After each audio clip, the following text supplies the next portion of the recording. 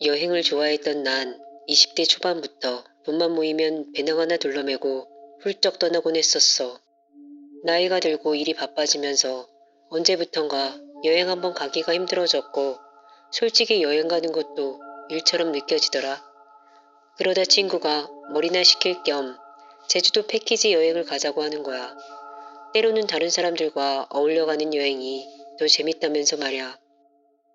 남자 둘이 가는 거보단 낫겠다 싶기도 하고 생각해보니 준비할 것도 없고 편하겠다 싶은 생각에 선뜻 동의하고 말았어. 괜한 결정을 했나 싶었는데 친구의 추진력에 아무튼 난 난생 처음 패키지 여행을 떠나게 되었어. 드디어 여행 가는 날이 되었지. 그런데 친구가 배탈이나 밤새 잠을 못 잤다며 본인은 갈 수 없을 것 같다고 새벽 일찍이 전화가 왔어. 취소할 수도 없고 혼자 서둘러 공항 모임 장소로 향했어. 나 홀로 떠나는 여행만 했던 난 은근히 함께 떠날 여행객들에 대한 호기심에 좀 들떴던 것도 같아. 우스운 소리지만 드라마나 영화에 나오는 운명적인 만남을 상상하면서 말이지. 한 명, 두 명 사람들이 모이기 시작했는데 마지막으로 커플로 보이는 남녀 두 명이 도착했어. 한눈에도 미인이다 싶은 여자가 남자에게 딱 달라붙어 있어 좀 유난스럽다 싶었지. 솔직히 부럽더라고. 부러우면 지는 건데 말이야. 그런데 그 여자랑 눈이 마주쳐서 내가 가벼운 목례를 했는데 갑자기 날 바라보면서 둘이 귓속말을 나누는 거야.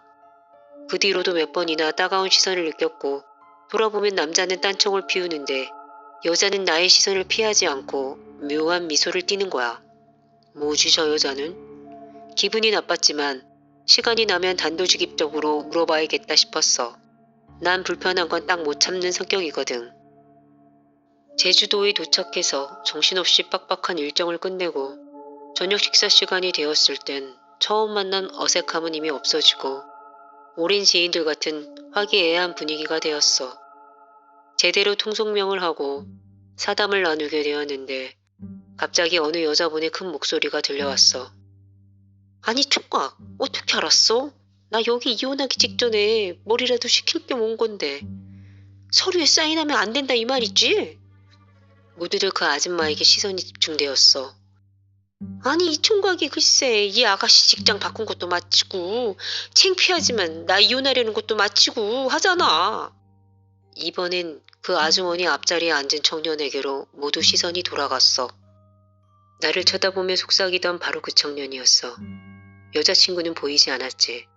아주 난처한 표정을 짓던 그가 어쩔 수 없다는 듯이 말하는데 본인의 직업이 박수무당이라고 말하는 거야.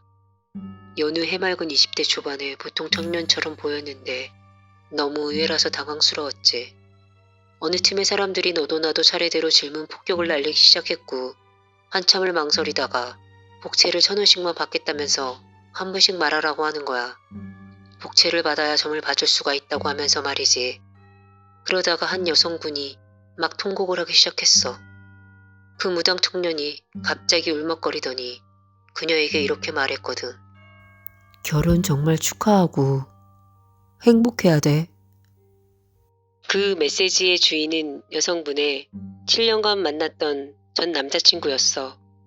5년 전에 불치병에 걸려 사망하였는데 남친이 죽기 전날 병수발에 지친 그녀가 짜증을 냈던 게 사무치도록 후회스러워서 아무도 만날 수가 없었대.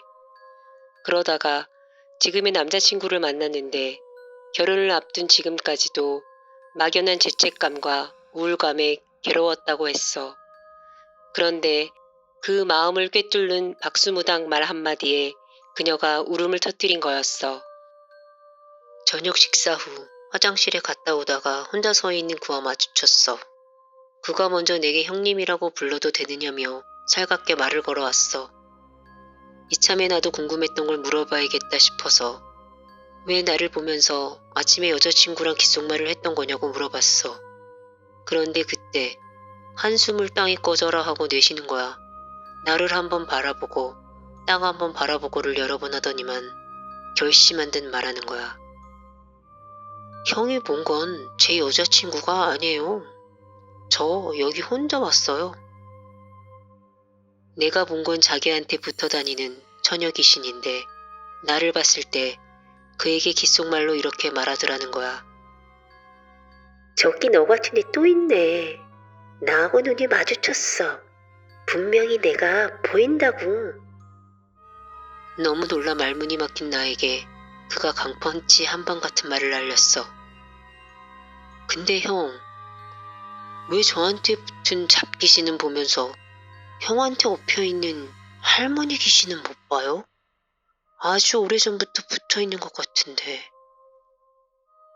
난 그 순간 그 자리에 주저앉고 말았어.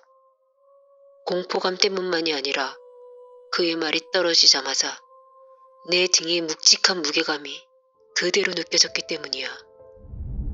고마워, 종가.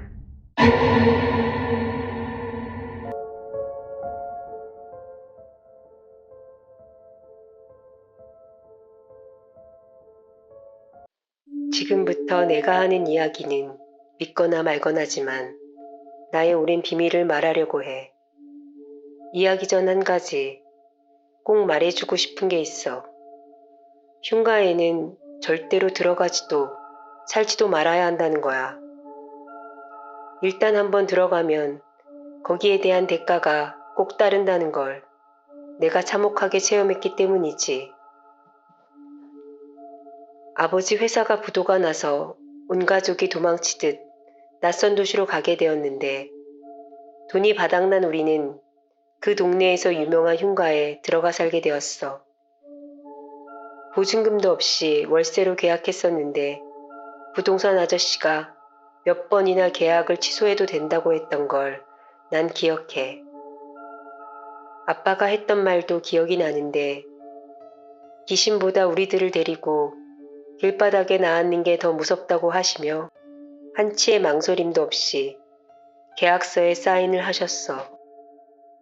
흉가라던 그 집은 생각보다 평범해 보이는 아담한 2층 집이었고 무엇보다 우리 식구가 살기에 안성맞춤으로 보였지.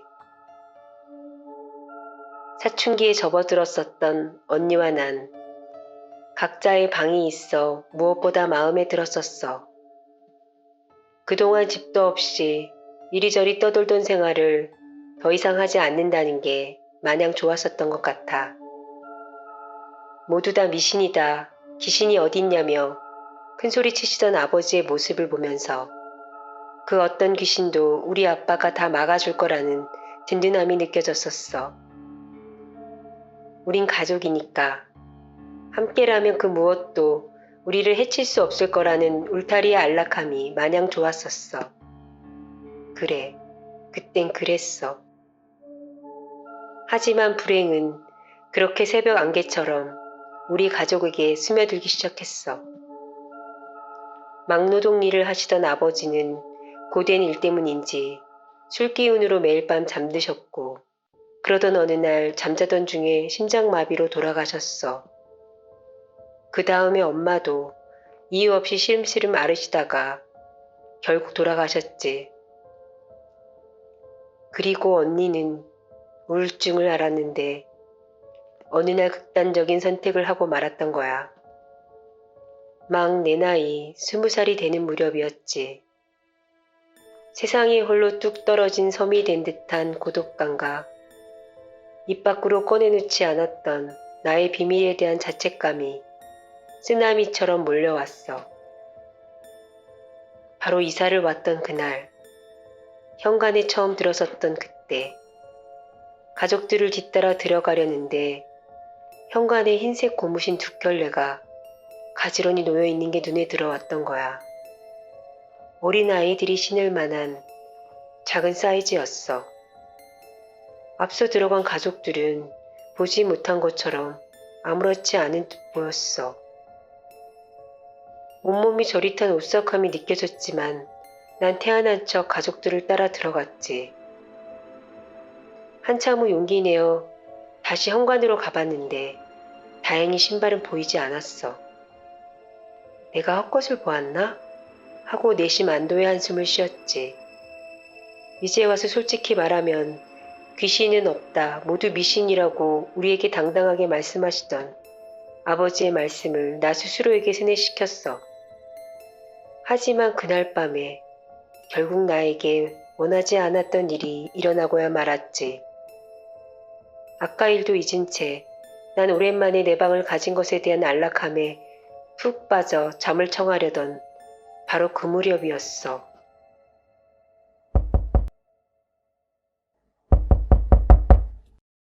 분명 창문을 두드리는 소리였어. 순간 창문으로 시선을 돌렸는데 아무런 기척이 나지 않았어. 그렇지. 내 방은 2층이었지? 오싹함에 난 이불을 푹 뒤집었었어. 마른 침을 꼴깍 삼키며 공포감으로 터질 것 같은 심장을 부여잡았지.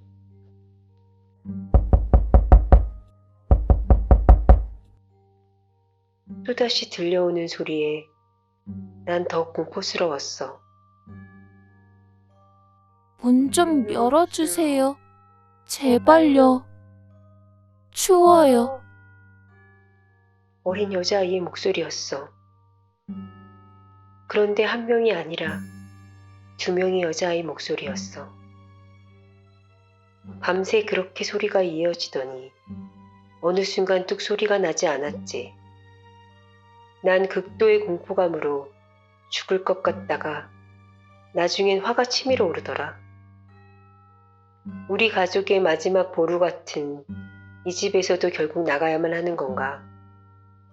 세상 누구도 살지 않을 귀신집에서도 거부당한 느낌에 헛웃음까지 나왔어.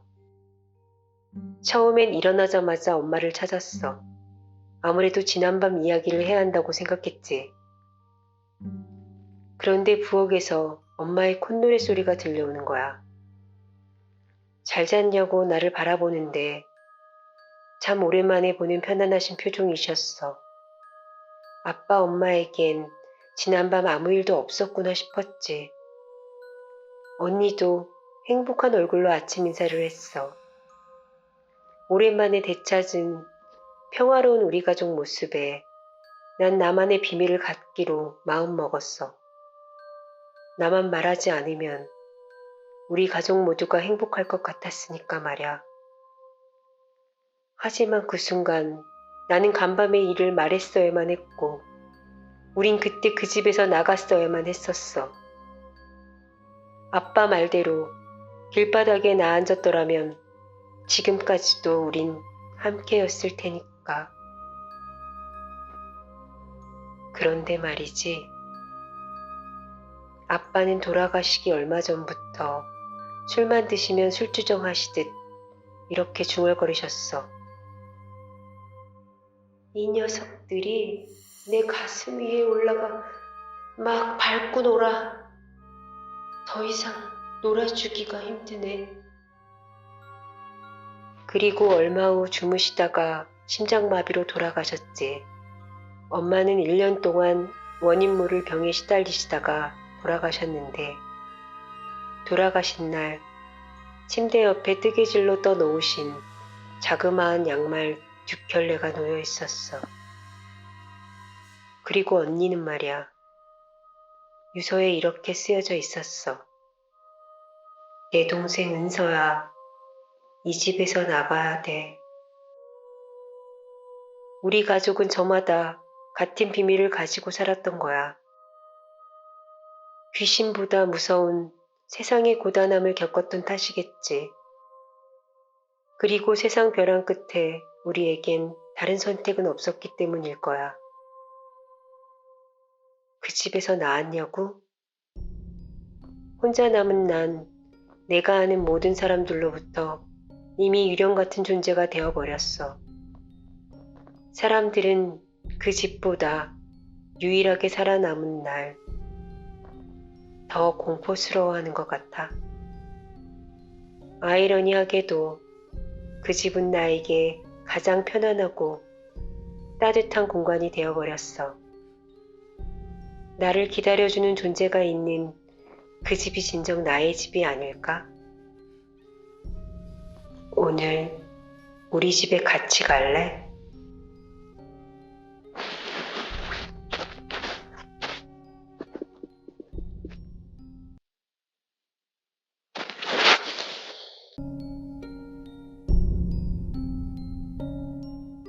난 응급실 간호사로 일하는데 그날은 밤 근무를 끝내고 새벽에 퇴근을 했어. 지난밤 교통사고 환자들이 들어와 응급실이 난리가 났던 터라 몸과 마음이 지친 날이었어. 간밤에 눈까지 많이 와서 기어가는 버스를 타고 겨우 집에 올 수 있었지. 아파트 엘리베이터에서 내리려는데 초조한 얼굴의 엄마와 동생이 나를 기다리고 서 있었어. 다짜고짜 나를 향해 소금을 막 뿌려대는 거야. 그러더니 황당해하는 날 데리고 집으로 다급하게 들어가더라고. 오늘따라 몸이 천근만근 힘들었던 난 화조차 내기 힘들어서 두 사람을 신경질적으로 쳐다봤어. 뒤이어 걱정 가득한 얼굴의 여동생이 하는 말에 난 그 자리에 주저앉고 말았어. 여동생이 내가 언제 오려나 하고 밖을 내다본 그 순간 마침 아파트 입구에 눈이를 천천히 걸어오던 내가 보이더래. 그런데 머리 긴 여자가 내 목에 팔을 두르고 함께 걸어오고 있었다는 거야. 동네 창피한 줄 모르고 오빠가 미쳤나 싶어 유심히 봤는데 말이지. 하얀 눈밭 위에 내 발자국만 나더라는 거야. 나는 가끔 꿈에서 본 것을 현실에서도 겪는 경우가 있어. 사람들은 그걸 예지몽이라고 하지만 하루는 정말 이상한 꿈을 꿨어. 내가 어떤 여자와 같은 차 안에서 사고를 당하는 꿈을 꾼 거야. 처음 보는 여자였는데 그 순간이 너무나 마음이 아파서 한참을 울다가 깬 적이 있었어. 시간이 많이 흘러 그 꿈도 잊혀져 갔고 난 여자친구를 사귀게 되었지. 3년을 사귄 그녀와 결혼까지 생각하게 되었어. 그러던 어느 날 여자친구와 스키장을 다녀오는 길에 여자친구가 피곤한 나 대신에 갑자기 운전을 해주겠다고 하는 거야. 그날따라 그녀가 운전을 하겠다고 해서 잠깐 눈을 붙였는데 마주오는 차가 중앙선을 넘어오는 바람에 사고가 났고 난 얼마 후 병원에서 정신이 들었어. 나는 여자친구를 찾았지만 운전자 여성은 사망했다는 소식을 들었고 난 하늘이 무너져 내렸어. 나중에 경찰이 와서 사고 경위에 대해서 얘기했을 때 난 또 한 번 가슴이 터지는 슬픔을 느꼈어. 사고 당시 중앙선을 넘어오는 차를 여자친구는 나를 보호하기 위해 핸들을 돌려 운전석 쪽으로 막았다고. 내가 예전에 꿈꾸면서 왜 그렇게 미치도록 울었는지 알게 되었어. 게임을 좋아하는 나는 새벽 시간에 게임하는 걸 즐긴다. 아무래도 새벽에 더 집중이 잘 되기 때문이지. 우리 집은 복도식 아파트라 엘리베이터에서 사람이 내려서 걸어오면 내 방에서 그 소리가 다 들릴 정도로 방음 따윈 개나 쳐버린 구조야. 그날은 비도 오고 빗소리를 들으면서 한참 게임에 열중하던 중 새벽쯤에 엘리베이터 소리가 띵하고 들리더니 구두 발자국 소리가 또각또각 우리 집 복도 쪽으로 오는 소리가 들렸어. 창문 쪽으로 그것의 그림자가 보였는데 내 방 앞에서 갑자기 멈춘 거야. 나는 온 신경이 그쪽에 쓰여서 게임이고 뭐고 멍하니 앉아서 창문을 주시했어. 얼마나 시간이 지났을까? 창문에 어른거리는 그림자가 사람이 맞나 싶은 생각이 들면서 나는 살며시 창문을 조금 열었는데 창틀에 머리를 박고 창틈으로 나를 보고 있는 눈동자를 보고 말았어. 여잔지 남잔지도 모르겠고 그냥 새까만 눈알만 빙글빙글 돌아가는 눈을 보고 말았어. 놀라서 창문을 확 닫으려는데 갑자기 문 열어 하는 소리가 들렸어. 미친 누나가 술 먹고 비까지 쫄딱 맞아서 그러고 있었던 거야. 순간 나에게 살기가 느껴졌어. 호주에 살고 있는 저희 가족이 오랜만에 가족여행을 떠났을 때 일어났던 일입니다. 일 때문에 부쩍 바빴던 그때 아내가 우리 집도 여행 좀 가자고 불평을 하길래 큰맘 먹고 여행 계획을 짜기 시작했습니다. 원래 여행 가는 것을 좋아했고 요리에도 관심 많은 저는 나름대로 아이들에게 신임을 얻는 좋은 아빠였었는데요. 어쨌든 큰맘 먹고 시간을 내어 가족여행을 가기로 하고 심사숙고하여 바닷가 마을로 여행지를 정했습니다. 저는 원래 유명한 여행지보다 소소한 재미가 있는 한적한 시골 동네로 여행을 떠나곤 했었는데요. 유명 여행지를 따라다니는 빡빡한 여행이 아닌 잘 먹고 잘 쉬면서 온 가족이 서로에게 집중하는 시간이야말로 여행의 묘미라고 생각했습니다. 일에 지쳐있던 저도 정말 힐링이 필요한 때라 느껴서 한적하고 아름다운 시골 마을로 여행지를 정했고 숙소도 바닷가 가까이에 있는 홀리데이 하우스로 예약을 했습니다. 여행 숙소는 아파트나 리조트보다 하우스 타입의 널찍하고 엔터테인먼트 시설이 되어 있는 홀리데이 하우스를 선호하는 편인데 이번에 운 좋게 가격이 저렴하게 나와 있는 럭셔리 홀리데이 하우스를 예약할 수 있었습니다. 기분이 좋아서 아내와 아이들에게도 보여줬는데 아주 마음에 들어했죠. 그리고 숙소에 방이 많아서 시간이 되는 친한 동생 형우와 재수씨도 함께 가기로 했습니다. 우리들 모두 들떠서 여행 가는 날을 손꼽아 기다렸던 것 같습니다. 드디어 기다리던 여행날. 아침부터 비가 추적추적 내려서 운전을 조심해서 해야겠다 싶었지만 우리 모두는 마냥 즐겁게 여행길을 떠났던 기억이 납니다. 집을 떠나 거의 오후가 돼서야 숙소에 도착할 수 있었습니다. 가는 길이 어찌나 좁고 구불구불하던지 2번 다시 오기는 힘들겠다는 생각까지 들었어요. 한참 숲길을 달려 마주한 숙소는 겉보기에 오래된 듯한 대저택이었고 이웃도 몇 집 없는 그런 깊숙한 곳에 자리하고 있었습니다. 막상 들어가 보니 넓은 수영장에 작은 영화관, 당구장 등 엔터테인먼트 시설이 완벽한 고급 하우스였습니다. 5개의 방이 있어 각자 마음에 드는 곳에다 짐을 풀었습니다. 1층에 방이 있고 2층에는 부엌과 거실, 엔터테인먼트룸을 갖추고 있었습니다. 집이 오래전에 지어진 것 같다 싶더니 방에서 짐을 풀고 있는데 2층에서 삐그덕삐그덕 아이들이 걸어다니는지 소리가 나더군요. 그래서 이따 잠자리에 들 땐 모두 한 번에 잠들어야겠다는 생각을 잠깐 했었던 것 같습니다. 다행히 도착해서는 비가 그쳤고 아직 완전히 어두워지기 전이라 모두들 수영장 속으로 뛰어들어 즐거운 시간을 보냈습니다. 먼저 저녁 준비를 하러 들어갔던 아내가 저희들을 부르는 소리가 들려왔습니다. 그때 한창 수영을 하던 딸아이가 갑자기 굳은 얼굴로 엄마가 언제 수영장에서 나갔냐고 저한테 묻더군요. 한 3, 40분 됐다고 말하니까 순간 아무 말도 안 하고 멍하니 있었습니다. 배가 너무 고팠던 저는 얼른 들어가서 밥 먹자고 딸을 재촉하여 함께 집 안으로 들어갔죠. 딸아이가 식탁에 앉자마자 아내에게 뜬금없이 아까 엄마 수영복 뭐 입었었느냐고 묻는 거였어요. 아내는 수영 안 하고 선베드에 앉아 있었다고 말했습니다. 저는 순간 딸아이의 얼굴이 하얗게 질리는 걸 보고 무슨 일이 있었냐고 물어봤습니다. 아까 수영장에서 딸아이가 화장실 가느라고 잠깐 물 밖에 나왔다가 수영장에 다시 들어갈 때 일이었답니다. 이모와 둘째가 함께 물장난을 하는 걸 보았고 그때 옆에서 누군가 배영을 하고 있어서 엄마인가 보다고 생각했는데 자기가 본 건 뭐냐면서 반문하는 거였어요. 순간 저희 모두 할 말을 잃었습니다. 싸해진 분위기를 바꾸려고 낯선 곳에 오니까 예민해져서 헛것이 다 보이나 보다 하며 넘어가려고 한 그때였습니다. 저도 봤어요. 형우가 망설이는 듯 하더니 이내 결심한 듯 이야기했습니다. 아까 마지막으로 수영장 밖을 나와서 수건을 집어들려고 하는데 등 뒤에서 첨벙하는 물소리가 나더랍니다. 누가 다시 물속에 들어간 건가 풀장안을 쳐다봤는데 물 위에 누군가 배영하는 자세로 떠있는 게 보였답니다. 하얀 수영복이 보이길래 우리 중에 누가 하얀색 수영복을 입었지 생각하는데 자기 쪽으로 천천히 오더랍니다. 그리고 다음 순간 그 자리에 주저앉고 말았는데요. 얼굴이 없는 하얀 수영복을 입은 여자의 몸이 눈에 들어왔다고 하더군요. 너무 놀라 비명도 지르지 못하고 집 안으로 뛰어들어왔는데 딸아이의 이야기를 듣게 된 것이었습니다. 우리 모두 더 이상 할 말을 잃었고 얼마 동안 서로 말없이 쳐다만 보았습니다. 그리고 약속이 난 듯 모두 내일 이곳을 떠나는데 동의했습니다. 다음 날 모두 일찌감치 눈을 떠 아침을 간단히 먹고 우리는 일사불란하게 떠날 준비를 마쳤습니다. 차를 출발하기 전 그 집을 올려다보는데 어제 일을 겪어서 그런지 으스스한 분위기가 느껴지더군요. 그렇게 우리는 그 집을 떠나왔는데요. 우리의 오랜만의 여행은 잊지 못할 공포체험 여행이 되고 말았습니다. 그 뒷이야기인데요. 제가 집에 도착하자마자 다시 예약 사이트에 들어가서 그 숙소를 찾아보았습니다. 그러나 도저히 찾을 수가 없었죠. 그 뒤로 몇 번이나 다시 찾아보았는데 그 숙소는 결코 찾을 수 없었습니다. 우리의 예약을 마지막으로 사라져버린 그 숙소의 가격이 너무 쌌던 이유가 바로 그 얼굴 없는 수영복 귀신 때문이었을까요?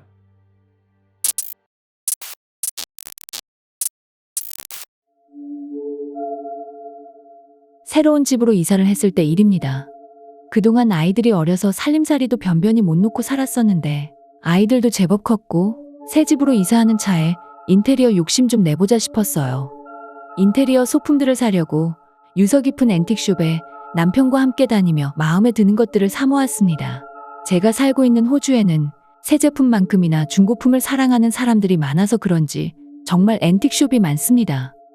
호주에 온 지 얼마 안 돼서는 참 이해가 안 되더라고요. 제 눈엔 쓰레기와 별반 차이가 안 나 보이는데 왜 돈을 주고 사나 싶었어요.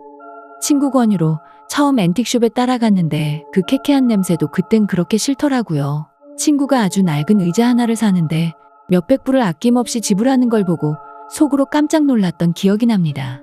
그 뒤로 친구 따라 몇 번을 가다 보니까 어느샌가 제가 중고품 매니아가 되어버렸고 저희 남편까지 합세하게 되었습니다. 그 뒤로 시간이 날 때마다 부부가 함께 앤틱숍을 둘러보는 걸 아주 좋아하게 됐죠. 이사를 핑계로 그렇게 윈도우 쇼핑을 하던 중에 어느 골목 끝에 자그마하지만 예쁜 앤틱숍이 보이길래 들어갔습니다. 가게 안을 둘러보는데 유난히 꽃그림을 좋아하는 저희 눈을 사로잡은 그림이 있었습니다. 벽 가장자리에 아주 높은 곳에 걸려져 있던 그림이었는데 제 눈에 쏙 들어오길래 남편에게 저 그림 어떠냐고 물어봤어요. 남편도 마음에 든다고 하길래 망설임 없이 구매를 했습니다. 그때 사장님께서 본인도 이렇게 멋진 그림을 처음 본다면서 잘 산 거라고 하셔서 더 기분이 좋았던 기억이 나네요. 그림을 어디에 걸어둘까 고민하다가 현관 입구 벽에 걸어놓았습니다. 그리고 집들이를 하는 날이 되었습니다. 오랜만에 지인들과 함께 하는 날이어서 서로의 안부도 묻고 즐거운 시간을 보내고 있었죠. 그런데 마지막으로 도착했던 후배가 점점 말이 없어지더니 안절부절하는 게 느껴졌어요. 몸이 불편한가 싶어 조심스레 괜찮냐고 물었는데 정말 뜻밖의 이야기를 했습니다. 하얀 드레스를 입은 그 여자분은 집에 가셨냐고 묻는 거예요. 다들 무슨 뜬금없는 소리냐며 의아하게 동생을 쳐다봤죠. 그 친구 하는 말이 아까 들어올 때 현관에 못 보던 여자분이 서 있길래 초대받으신 분인가 싶어서 인사부터 하고 신발을 벗느라 현관에 앉았다고 합니다. 신발을 벗고 일어났는데 그 여자분이 안 보이길래 먼저 들어가셨구나 생각했었대요. 오랜만에 만나는 사람들과 반갑게 인사하고 한참을 이야기하다 보니 그 여자분이 안 보이는 게 점점 신경이 쓰였답니다. 어떻게 생긴 여자였냐고 제가 물었는데 입구가 어두워서 얼굴은 못 봤고 발까지 덮은 하얀 드레스를 입고 있었던 것만 기억이 난다는 거예요. 우리 집은 사람이 현관에 들어서면 센서가 감지되어 자동으로 불이 켜지는 거라서 정말 불이 안 들어왔었냐고 했더니 자기가 들어올 때는 분명 어두컴컴했다고 장난기 1도 없는 얼굴로 이야기했습니다. 모두가 분위기가 싸해져서 서로의 눈치를 살피던 그때 갑자기 그 후배가 농담한 거라며 웃어넘기는 거예요. 평소에 장난을 잘 치는 동생이라서 다들 웃고 넘어갔습니다. 그리고 모두들 집에 갈 시간이 되었는데 현관불이 켜지는 걸 보고 모두들 진짜 속을 뻔했다고 한마디씩 했습니다. 그런데 그 순간 낯빛이 하얗게 변하는 동생의 얼굴을 저는 보았습니다. 모두가 돌아가고 그 후배에게서 전화가 왔습니다. 오늘 분위기 좋은 자리에서 미안했다며 사과를 하고는 조금 망설이다가 말했습니다. 그 여자 얼굴은 못 봤지만 그 하얀 드레스 밑자락은 분명히 봤다고. 새 집으로 이사 간 건데 미안하지만 그래도 알아야 될 것 같아 정말 심사숙고해서 이야기한다고 했습니다. 저는 이걸 믿어야 되나 말아야 되나 싶었지만 분명 전화기 너머 그 동생의 겁먹은 목소리가 결코 거짓이 아니란 게 느껴졌습니다. 저희 부부는 그냥 그 친구가 컨디션이 안 좋았나 보다 하고 더 이상 신경 쓰지 말자고 했습니다. 그러나 얼마 지나지 않아 그 믿고 싶지 않았던 여자의 정체를 정말 우연하게 맞닥뜨리게 되었습니다. 정말 우연이었을까요?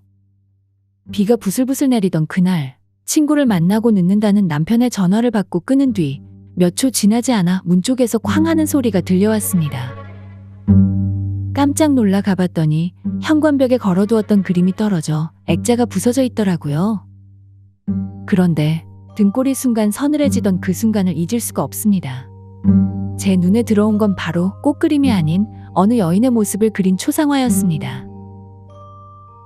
꽃그림 뒤로 다른 그림이 덧붙여 있던 거였죠. 클래식한 복장의 젊은 여인을 그린 그림이었습니다. 그 여인은 긴 드레스를 입고 있었는데요.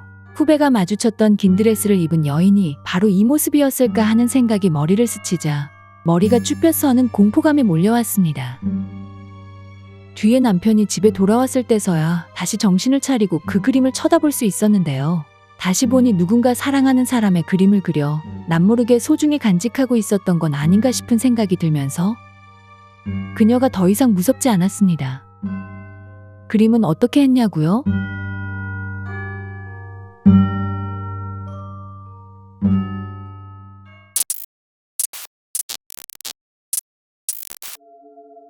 이렇게 비가 오는 밤엔 귀신 이야기가 딱이지. 내가 진짜 무서운 이야기 하나 해줄까? 이건 호주에서 내가 직접 겪었던 이야기인데 와이프한테도 하지 않은 이야기야. 아니, 이야기할 수가 없었다는 게 맞을 거야. 8년 전 이야기지만 어제 일마냥 선명하게 내 뇌리에 남아있어. 너도 말하면 알만한 이름 있는 그 레스토랑을 청소하러 다닐 때 이야기야. 아는 동생이랑 밤 12시 정도에 시작해서 2시간 정도만 하면 되는 일이라 부업 삼아서 시작했던 거였어.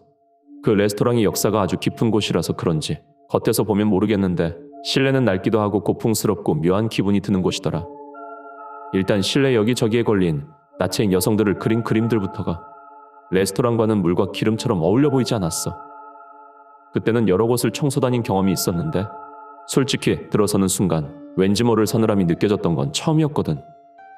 아무도 없는 숲속 강가로 밤낚시도 혼자 다닌 적이 많은데 이렇게 묘하게 오싹한 기분을 느낀 건 처음이었어. 사람이 무섭지 귀신 같은 건 무섭다는 생각이 들지 않았단 말이야. 아무튼 첫날 그 레스토랑을 청소하면서 화장실을 들어갈 때나 큰 연회실을 지나갈 때 뒷목이 서늘한 느낌이 들었어. 그래서 일부러 콧노래를 불렀던 기억이 나. 같이 일하는 동생에게 슬쩍 떠보듯 물어봤었거든. 레스토랑이 조금 음침하지 않냐 뭐 그렇게 물어봤던 것 같은데 그 동생은 아주 무덤덤하게 받아들이길래 다행이다 싶었어. 나도 괜한 생각은 하지 말자고 마음먹으며 그렇게 한동안 청소를 다녔던 것 같아. 아무튼 역사가 오래된 곳인 만큼 별난 스토리가 많은 레스토랑이겠다 싶었지. 그렇게 한 달쯤 청소를 하고 있을 때일 거야. 같이 일하던 동생이 축구하다가 인대를 다쳤다면서 일을 못할 것 같다고 연락이 왔어. 그래서 바로 그날로 사람을 구할 수도 없고 해서 생각 끝에 일단 혼자 일하러 가게 되었어. 아무 생각 없이 할 일만 얼른 하자 싶어 애써 청소에만 집중했지. 그러다가 말야 정신없이 청소기를 막 돌리고 있는데 청소기 줄이 어디에 걸린 듯이 움직이지 않더라고. 그래서 줄을 따라 가봤는데 걸린 것이 없었어. 쓸데없는 생각하지 말자 하고 또다시 청소기를 돌리는데 집중했어. 그런데 연회장안을 청소할 때 또다시 줄이 어디에 걸린 듯이 움직이지 않았어. 그때는 순간 뒷골이 오싹해지면서 뒤를 돌아볼 수가 없었어. 왜냐하면 연회장안은 줄이 걸릴 만한 것이 하나도 없이 텅 비어있는 곳이란 말이야. 난 돌아보지 않고 몇 번을 신경질적으로 세게 당겨보았는데 어느 순간 스르륵 줄이 풀어져서 딸려오더라. 그런데 그 뒤로도 연회장안을 청소하는데 몇 번이나 줄이 걸려서 움직이지 않았어. 꼭 누군가 장난치듯이 일부러 줄을 밟는 느낌이랄까. 그래, 꼭 그런 느낌이었어. 난 끝까지 뒤를 돌아보지 않고 그 연회장 청소기를 다 돌리고 나왔는데 그 뒤로 청소를 어찌 다 끝냈는지 기억이 안 나. 내가 기가 많이 약해졌구나 싶은 생각도 들면서 스스로 창피한 생각까지 들었지만 그 다음날엔 혼자 갈 용기가 안 나서 와이프한테 일당을 후하게 주겠다고 꼬셔서는 함께 가게 되었지. 청소하는 내내 같이 다니면서 청소해야겠다 싶었는데 성격 급한 와이프가 나눠서 청소하자면서 화장실은 본인이 하겠다고 하더라고. 말릴 새도 없이 화장실로 들어가길래 설마 무슨 일이 일어날까 하고 청소를 서둘렀단 말이야. 청소가 끝나고 집에 돌아가는 차 안에서 와이프가 내게 진지하게 묻는 거였어. 여기 청소하는 거 그만하면 안 되냐고 말이야. 그러면서 하는 이야기가 화장실 안을 청소하고 있는데 바깥에서 물소리가 나더래. 그래서 내가 따라 들어왔나 보다 하고 밖으로 나왔는데 아무도 없고 수돗물도 다 잠겨져 있었다고 하더라고. 잘못 들었나 하고 또 화장실 안으로 들어갔는데 또 물소리가 밖에서 들려오더라는 거야. 순간 무서운 생각이 들어 또 나와봤더니 역시나 아무도 없었대. 그래서 마음속으로 기도하면서 일을 끝까지 마쳤다는 거야. 아무튼 자기는 더 이상 청소를 안 하는 게 나을 것 같다고 단호하게 이야기하는 거였어. 나는 그 말에 동조하지 않고 내 마음을 숨기고는 레스토랑에 무슨 귀신이 있겠냐면서 괜한 소리를 한다고 핀잔을 주었지. 속으론 정말 무서운 생각이 들더라고. 역시나 나 혼자만의 생각이 아니었구나. 저곳에 무언가가 있나 보다 싶었지. 사실 그 뒤에 와이프가 그만두라고 하는 말에 못 이기는 척하고 그 일을 그만두었어. 머나먼 호주까지 와서 이런 경험을 할 줄은 정말 몰랐는데 사람 사는 곳 어디든 일어날 수 있는 일이구나 싶은 생각이 들더라고. 이 이야기가 여기서 끝이냐고? 당연히 아니지. 이렇게 시시하게 끝났다면 내가 꺼내지도 않았을 거야. 개인적으로 와이프한테조차 비겁하게 말하지 않은 나의 흑역사를 말이야. 반전은 이제부터야. 밤 청소도 그만두고 나니까 여유가 생겨서 같이 일했던 동생에게 전화를 걸어 밥도 사줄 겸 해서 만났었거든.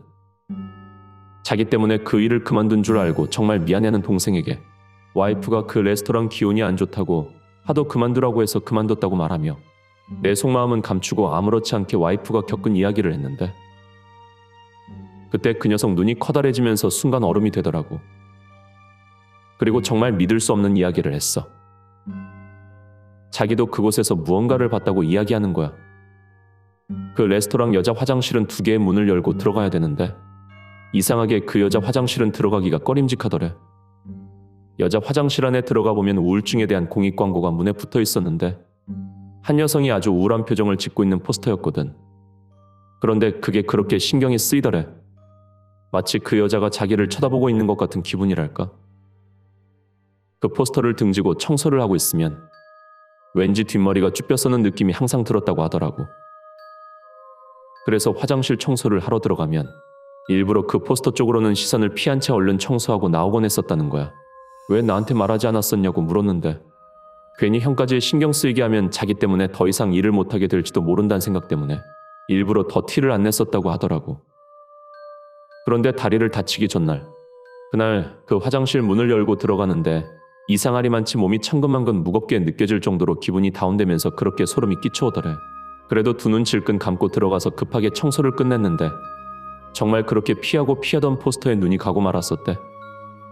그런데 자기는 지금도 선명하게 생각난다면서 말하는데 그 포스터 속 우울한 표정의 여자가 자기를 보면서 입꼬리가 살짝 올라가게 웃고 있는 걸 본 거지. 순간 눈을 감았다가 다시 떴는데 더 입꼬리가 올라가서는 징그럽게 자기를 보고 웃고 있더래. 그 동생이 나한테 말하면서도 생각이 나는지 몸서리를 치더라. 그렇게 그 화장실을 나와서 나를 봤는데 일하는데 피해가 갈까 싶어 이야기를 못했대. 그리고 집에 가서 한숨도 못 자고 동호회에 축구하러 갔다가 헛발질을 하는 바람에 인대를 다쳤던 거라고 말했어. 애써 자기가 잘못 본 거라고 생각하며 그 기억을 잊으려고 애쓰고 있었는데 형수님 이야기를 듣고 정말 자기도 놀랐다는 거야.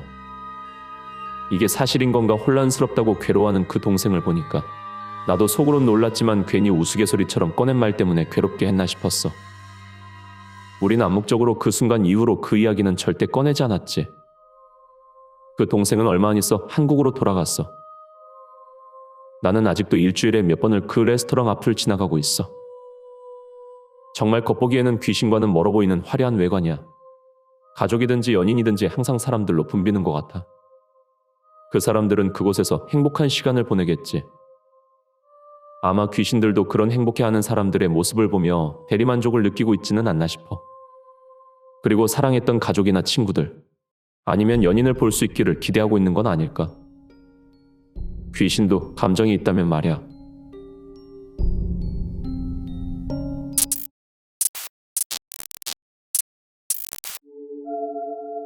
내가 고등학교를 다닐 때까지 우리 가족은 오래된 아파트에 살았었어.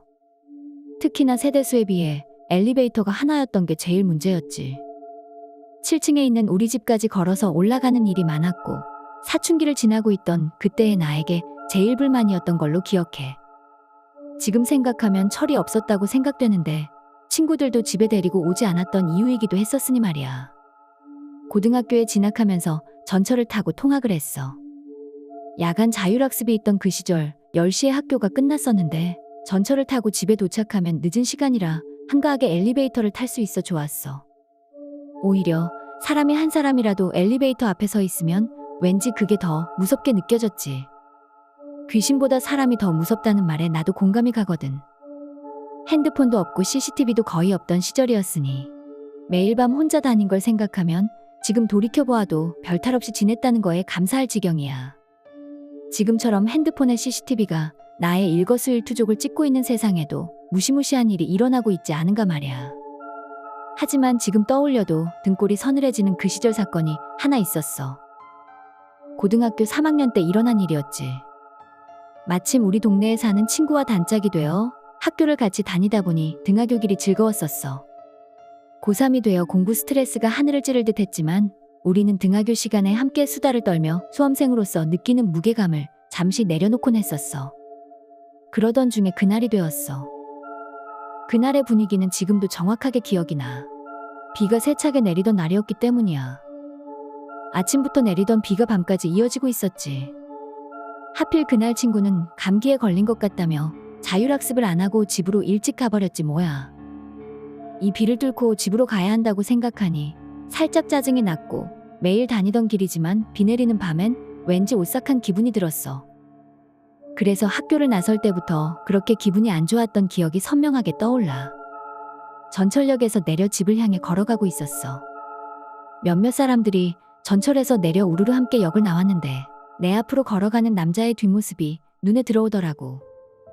왜 그 남자가 유독 눈에 들어왔었는지 이유가 분명히 있었어. 그때가 장마가 막 시작되고 무더워질 무렵이라 모두가 반팔 차림이었는데 그는 키가 190 이상이 되어 보였고 마른 몸에 겨울용 자켓을 걸치고 검정색 바지를 입고 있었어. 그것만으로 내 시선을 끌었던 것은 아니야. 입고 있는 옷이 그의 몸에 비해 매우 작아 보이는 거야. 옷에 내 몸을 맞춘 느낌이랄까. 자켓의 팔도 짧고 바지의 길이도 발목이 훤히 다 보이도록 올라가 있었거든. 옷 품새가 마른 몸에 껴있는 느낌이 들었고 전체적으로 기이한 인상을 풍기고 있어서 유독 내 눈에 들어왔던 것 같아. 비도 제법 내리고 있는데 우산도 안 쓰고 걸어가고 있더라고. 걸음걸이도 쓱쓱 발을 끄는 듯한 독특한 걸음걸이였어. 잠깐 이상한 사람이다 생각했지만 곧 신경 쓰지 않고 내 갈 길을 서둘렀지. 그렇게 비 내리는 밤, 집으로 가는 발걸음을 재촉하고 있던 그때였어. 집으로 가려면 좀 길다 싶은 골목길을 가야만 하는데 매일 걸어다니는 길이라 밤이라고 별 생각 않고 다녔었거든. 그런데 그날은 달랐어. 유쾌하지 않은 직감이랄까. 그날따라 유난히 길어 보이는 골목길을 보며 숨을 한번 크게 내쉬었던 것 같아. 빨리 걷고 싶은 마음과는 다르게 내 발걸음은 여유로웠어. 조급한 내 마음을 누가 아는 게 더 안 좋을 것 같다는 생각에서 말이지. 비는 하염없이 내리고 있었지만 골목길 중간에 가로등불이 그나마 위안이 되어 주었어. 가로등불이 있는 그곳에 거의 다다랐을 때였어. 그때까지 전혀 뒤에서 아무런 인기척이 없었는데 갑자기 발자국 소리가 들려왔어. 멀리서 들려오던 발자국 소리가 아주 빠르게 가까이 다가오는 게 들려왔던 거야. 순간 빨리 뛰어갈까 하는 생각이 들었지만 어두운 골목길이 반이나 남아있었어. 뛰다가 붙잡힐까 하는 무서운 생각이 내 발을 붙잡고 발걸음을 뛸 수 없게 만들었지. 나를 향해 다가오던 발걸음이 거의 가까워졌을 무렵 순간 뭔가 익숙함이 느껴졌어. 빠른 걸음걸이에도 바닥을 쓰는 듯한 그 독특한 발걸음 소리 때문이었을 거야. 아까 앞서 걷던 키 큰 남자의 뒷모습이 떠올랐어.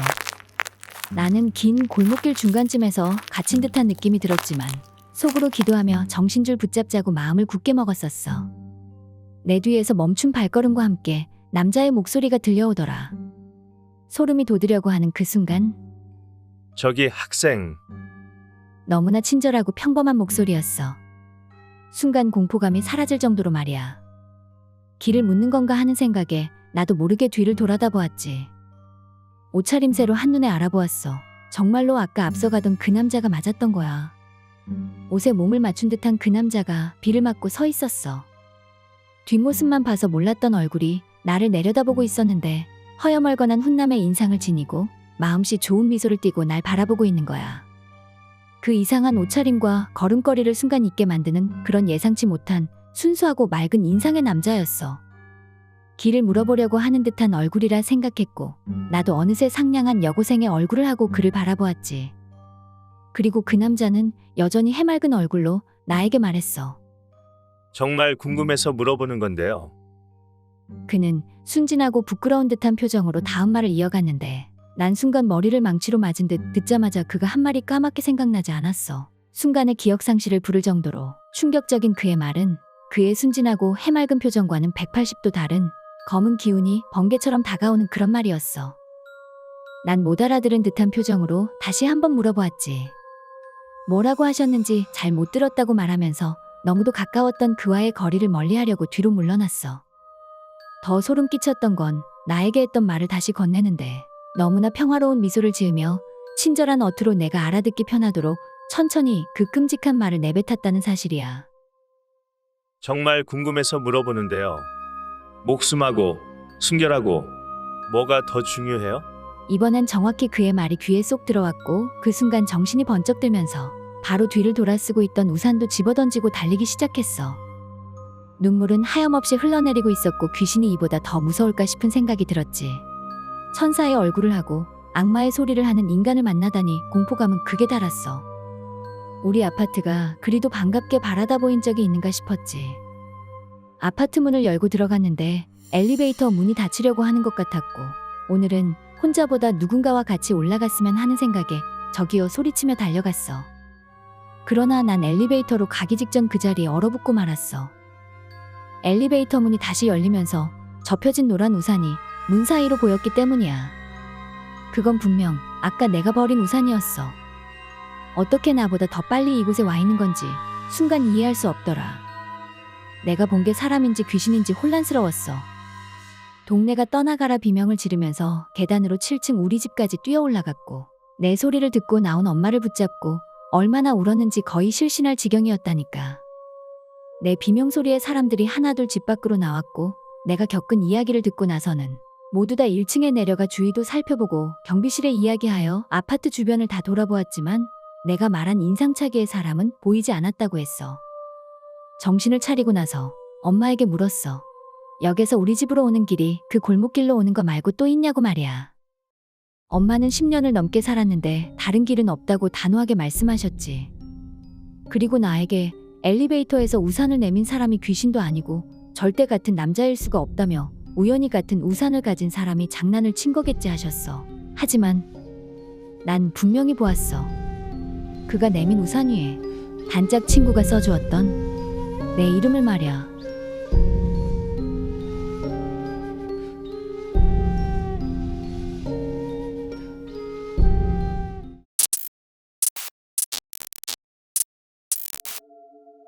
오늘은 내가 처음 귀신을 본 이야기를 들려줄게.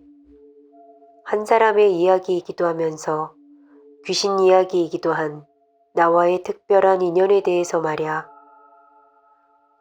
내가 본 첫 번째 귀신은 절대 잊을 수가 없어. 그 귀신은 누구보다 내가 잘 아는 사람이었거든.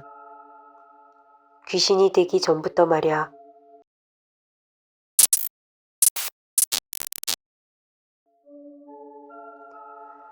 내가 태어나면서 살았던 동네는 앞집 옆집 모두 숟가락이 몇 개인지 알 정도로 친척보다 가까운 이웃사촌들이 정겨웠던 곳이었어. 매일 서로의 집을 오가며 밥도 같이 먹고 대소사를 함께하며 그렇게 잘 지냈었지. 그러다 엄마랑 누구보다 친하게 지내던 옆집 아주머니께서 암으로 갑자기 돌아가셨고 그로부터 2년 뒤 옆집 아저씨가 새 부인을 집에 들이셨던 거야. 처음 우리 집에 먹을 것을 들고 찾아오셨던 그 모습이 너무 예뻐서 황홀하게 쳐다봤던 것 같아. 옆집 아저씨랑 딱 봐도 나이 차이가 많아 보여서 난 어린 마음에도 왜 이 집으로 시집 왔을까 하고 생각했었어.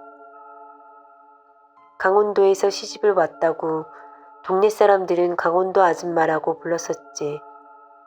솔직히 이모라고 불릴 만한 젊은 외모였는데 아무튼 그렇게 자연스럽게 강원도 아줌마라고 불렀었어.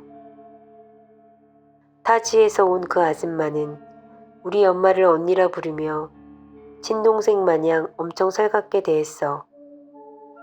그래서 우리 집과 둘도 없는 사이가 되었고 자연스럽게 우리 집 일에 늘 함께하는 가족과 같은 관계가 되었지. 강원도 아줌마는 어린 내가 보기에 언제나 늘 유쾌하고 마음씨 고운 사람이었고 무엇보다 날 엄청 예뻐해줬어. 항상 엄마에게 나같이 예쁘고 살가운 딸이 있는 게 제일 부럽다고 말하곤 하셨어. 난 그때마다 우쭐해져서는 마냥 기분이 좋았지. 그렇게 나에겐 세상에서 가장 예쁘고 좋은 강원도 아줌마였는데 어른들의 세계란 보이는 게 다가 아니었던 것 같아. 나중에 들었던 이야기인데 첫째 아들은 강원도 아줌마가 집에 들어오시고 얼마 안 되어 집을 나가버렸고 둘째 아들은 집에서 함께 지낼 때 아줌마를 유령 취급하며 무시했었다고 했어.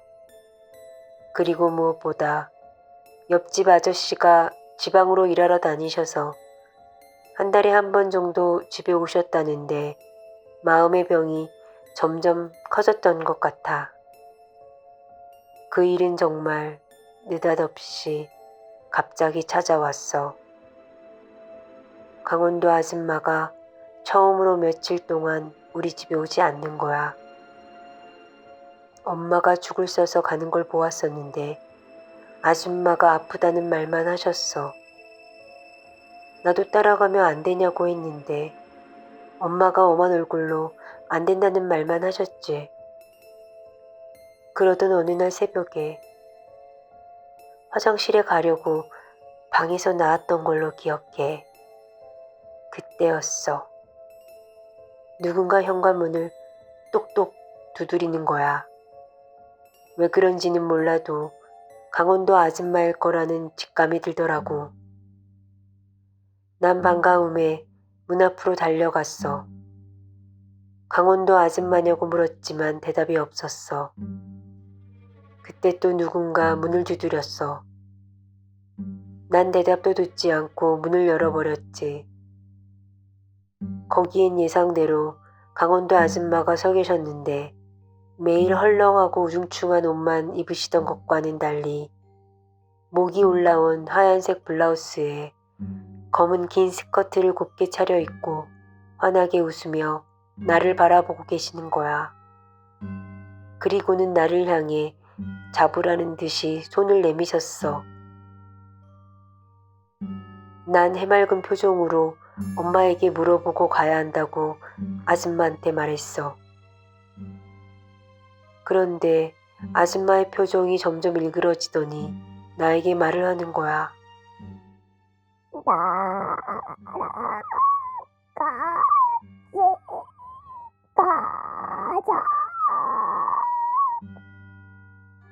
쥐어짜는 듯한 목소리로 겨우 말을 하는 것 같더니 괴로운 듯 목으로 손을 가져가는 거야.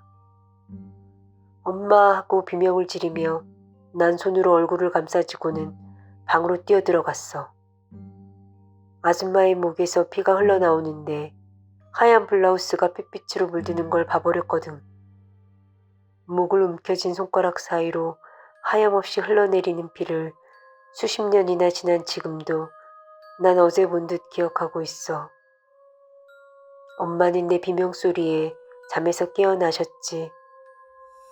엄마에게 울면서 지금 밖에 강원도 아줌마가 와 있는데 피를 흘리고 있다고 말을 했어. 엄마는 내 말이 끝나기가 무섭게 집 밖으로 달려나가셨어. 문 앞에는 아무도 없었고 엄마는 나를 향해 다급하게 물으셨어. 분명 아줌마가 맞냐고 말이야. 난 고개를 끄덕이며 겁이 나서 엉엉 울어버렸어. 아줌마가 분명 이상한 목소리로 나에게 같이 가자고 했다고 말했어. 엄마는 아무 말이 없으시더니 나를 다독여 재워주셨지. 그때는 엄마 아빠가 쉬쉬해서 몰랐는데 좀 지난 뒤에 알게 됐어. 그날 새벽 강원도 아줌마가 안 좋은 선택을 하셨던 걸 말이야. 난 끔찍한 아줌마의 모습을 본 뒤로 이유 없이 아팠고 그 뒤로 시골 할머니 댁에 보내졌었거든. 엄마가 나중에 한참을 망설이다 내게 물었었어. 아줌마를 그날 분명히 봤냐고 말이야. 하얀 블라우스에 검정 치마를 입고 있었고 피 흘리는 목을 감싸주고 있었다고 분명히 말하는데 엄마가 울면서 나를 안는 거야. 정말 내가 아줌마의 마지막 모습을 봤구나 하시면서 이제 아줌마가 돌아가셔서 우리 집에 오지 못한다고 말씀해 주셨어. 뭔지 모를 공포감과 슬픔이 한꺼번에 몰려와서는 엄마에게 안긴 채 한참을 울었던 것 같아. 나중에 알게 되었는데 내가 말한 아줌마의 마지막 모습이 엄마가 본 아줌마의 마지막 모습과 한치도 틀린 게 없었다는 거였어. 아줌마가 돌아가신 뒤 옆집 아저씨는 급하게 이사를 가셨고 그 집은 빈집이 되었어. 어느 날 학교가 끝나고 우리 집이 있는 골목에 들어섰는데 빈집인 그 집 앞에 누가 앉아있는 게 눈에 들어왔어. 나를 보더니 그 집으로 쓱 들어가더라고. 순간 강원도 아줌마구나 싶은 반가운 마음에 아무 생각 없이 뛰어들어갔었어. 무서움보다는 그리움이 더 컸었던 것 같아. 아줌마하고 들어갔는데 마당에 낯선 아줌마가 서 계신 거야. 난 실망스러움에 고개를 떨구고 나가려는데 네가 소영이니? 내 이름을 어떻게 알았지 하고 뒤돌아서 그 아줌마를 바라봤어. 네가 소영이 맞구나. 난 귀이어 하시는 말씀에 눈물을 터뜨리고 말았어. 강원도 아줌마가 너한테 미안하다고 전해달래. 건강하고 씩씩하게 오래오래 잘 살라고 하셨어. 그리고 너랑 작년 운동회 날 함께 달리기 대회에 나가서 1등 했을 때가 제일로 행복했다고 꼭 이 말을 전해달래. 그 낯선 아줌마는 무당이었고 옆집 아저씨가 아줌마 혼을 달래주기 위해 부르신 거라고 했어. 그 뒤로 꼭 한 번만이라도 강원도 아줌마가 내 앞에 다시 나타나 주길 바랬지. 나도 꼭 전하고픈 말이 있었거든. 나도 아줌마가 좋았다고, 나의 운동회 날, 소풍날 함께 해주어서 너무 행복했다고 말이야. 이런 바램은 내가 귀신을 보게 된 원인이 되었던 걸까 모르겠지만 강원도 아줌마는 두 번 다시 내 앞에 나타나지 않았고 언젠가부터 원하지도 않는 귀신들을 보게 되었어. 이 이야기를 털어놓고 나니까 한결 마음이 편해진 것 같아. 마치 강원도 아줌마가 옆에 앉아 내 이야기에 귀를 기울이고 있는 것만 같은 그런 포근한 마음이 들어.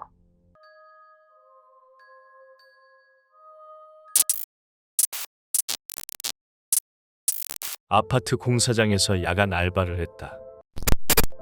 공사 현장은 비싼 자재들이 많아 경비가 필요했고 큰 아파트 단지라 두 개의 간이 초소해 동무는 내가, 남무는 친구 현수가 지켰다.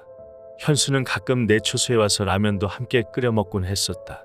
우리는 서로 무전기를 통해 연락을 했고 시간을 정해놓고 서로의 구역까지 순찰을 돌아주면서 일을 했다. 그러던 어느 날이었다. 비가 부슬부슬 오는 금요일 밤이었고 새벽 1시쯤 내 초소에 들른 현수가 라면을 끓여 먹자고 했다. 물을 끓이려고 냄비에 물을 받고 있는데 그때 무전기에서 소리가 들렸다. 야, 뭐해? 라면이라도 끓여 먹을까? 현수의 목소리였다. 뭐지? 무전기에서 들려오는 목소리도 분명 현수의 목소리였다. 뒤를 돌아 현수를 보는데 뒤돌아서 있는 현수는 싸늘한 얼굴로 나를 돌아보았고 손에는 과도가 들려 있었다.